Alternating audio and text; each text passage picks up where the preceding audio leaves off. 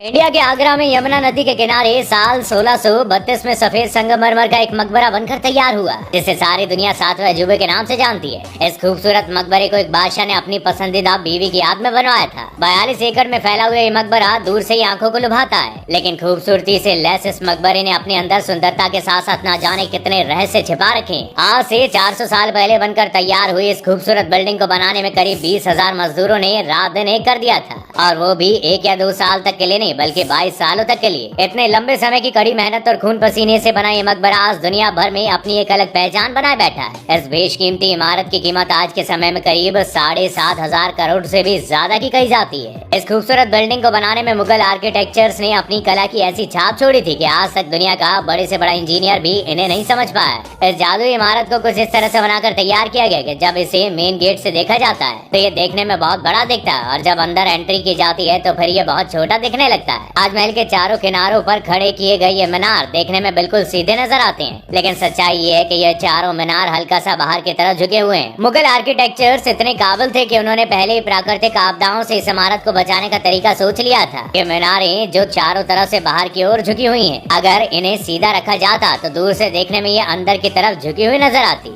इसके साथ ही बाहर की तरफ झुके होने की वजह से अगर कभी भूकंप जैसी समस्या आती तो ये चारों मीनारें बाहर की साइड गिरेंगे और इससे अंदर खड़ी बिल्डिंग को कोई नुकसान नहीं पहुंचेगा। लेकिन इसमें आखिर ऐसा भी क्या था जिसे बनाने वालों ने इसे किसी बेशकीमती हीरे जवाहरात की तरह संभाल कर रखा था, जो इस पर एक खरोच तक बर्दाश्त नहीं कर सकते थे। दरअसल ताजमहल को जिस दौर में बनाया जा रहा था उस समय ना स्टील हुआ करती थी और ना ही कंक्रीट। ये सोचने वाली बात है कि फिर इस भव्य इमारत को किस तरह बनाया गया। ताजमहल की इमारत मोहब्बत की उस दास्तां को बयां करती है जो दुनिया के ज़हन में सालों साल में रमी हुई है। इसकी कहानी शुरू होती है साल 1607 से, जब हिंदुस्तान और पाकिस्तान पर मुगलों का बोलबाला हुआ करता था। यह दिन मुगल साम्राज्य में बहुत खास था। इस दिन आगरा फोर्ट में बहुत चहल पहल थी। पूरे महल को दुल्हन की तरह सजाया गया था। आगरा के इस किले में आज बादशाह के सबसे छोटे बेटे शहाबुद्दीन मोहम्मद खुर्रम का जन्मदिन था। ये बादशाह के सबसे लाडले बेटे थे। हर साल इनके जन्मदिन पर इन्हें हीरे जवाहरातों से तोला जाता था, लेकिन इस बार कुछ और भी हुआ था। राजा ने इनका विवाह अपने दरबार के वकील की बेटी मुमताज महल से करवा दिया था, और यहीं से शुरू होती है शाहजहां और मुमताज की अमर प्रेम कहानी। शाहजहां की 6 बीवियां थी, लेकिन उनकी नजरें सिर्फ मुमताज को खोजा करती थी। वक्त गुजरा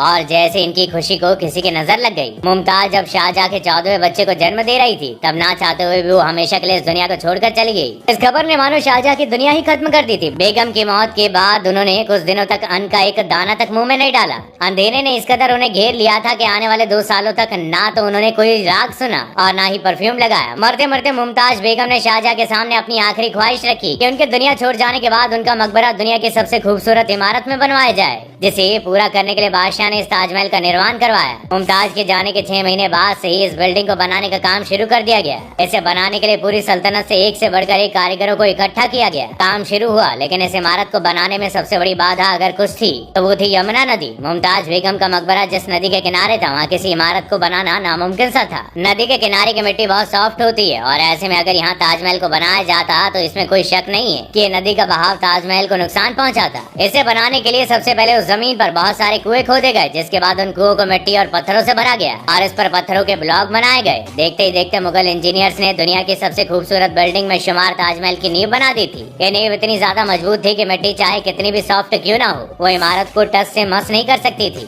इसके बाद शुरुआत होती है एक ऐसी बिल्डिंग को खड़ा करने की कहानी आज तक जो किसी ने नहीं देखा हो। इस खास इमारत के डिजाइन का आइडिया किसी इंजीनियर का नहीं था। बिल्डिंग के स्ट्रक्चर को बनाने का आइडिया शाहजहां ने अपने बाप दादाओं की इमारतों से लिया था। बाप यानी कि अकबर के मकबरे से उन्होंने दीवारों का आइडिया लिया, और दादा यानी हेमू की दीवारों से बिल्डिंग के कोर का आइडिया लिया, और अंकल के मकबरे से डोम का आइडिया लिया गया। जब 3 पुश्तों की इस कारीगरी को एक साथ लेकर आया गया तो ये दुनिया की सबसे खूबसूरत बिल्डिंग बन गई, जिसे देख कभी आंखें नहीं भरती। आपको जानकर ताज्जुब होगा कि इस इमारत को बनाने के लिए ईंटें कहीं से मंगवाई नहीं गई थी, बल्कि करोड़ों की संख्या में मौके पर ही बेक की गई थी। इस बिल्डिंग को बनाने में शाही खजाना तेजी से घटता जा रहा था, लेकिन शाहजहां को किसी की नहीं पड़ी थी। उन्हें सिर्फ अपनी बेगम की आखिरी ख्वाहिश दिख रही थी। खबरें बताती है कि इसे बनाने में लगे हुए मजदूरों को खाना खिलाने के लिए शाहजहां ने आसपास के सभी गांवों से अनाज मंगवा लिया था। इसके बाद उन गांव के लोगों के पास खुद के लिए कुछ नहीं बचा था। समय बीता और बिल्डिंग का स्ट्रक्चर बनकर तैयार हो चुका था। अब बारी थी इसे सफेद चमकते हुए संगमरमर से ढकने की, जिसके लिए संगमरमर आसपास के बजाय आगरा से 400 किलोमीटर दूर राजस्थान से मंगवाए गए थे। और कहा जाता है कि यहाँ मिलने वाला मकराना मार्बल दुनिया का सबसे बेहतरीन मार्बल है। शाहजहां ने ताजमहल के लिए इस पूरे मार्बल पर अपना हक जमा लिया था, और ये खास हिदायतें दी थी कि जब तक ताजमहल को बनाने का का सारा काम खत्म नहीं हो जाता तब तक व्यापारी इसे कहीं और नहीं बेच सकते। 1000 हाथियों के हेल्प से इस मार्बल को बड़ी ही सावधानी के साथ राजस्थान से आगरा लाया गया। ताजमहल पर दिखने वाला ये 40 मीटर का डोम इसकी खूबसूरती में 4 चांद लगा देता है। आज इसे बड़ी आसानी से नई तकनीकों और स्टील की मदद से चुटकियों में बना दिया जाता है, लेकिन उस समय इसे बनाने के लिए कारीगरों के पास सिर्फ टुकड़ों के पत्थर पड़े हुए थे। ताजमहल के फिनिशिंग के लिए इसे पाइट्रा, डोरा और प्राचीन कारी से डिजाइन किया गया, जिसके बाद ये महल बनकर तैयार हो चुका है। ताजमहल के बारे में ये भी कहा जाता है कि ये दिन भर में 4 बार अपने रंग बदल लेता है।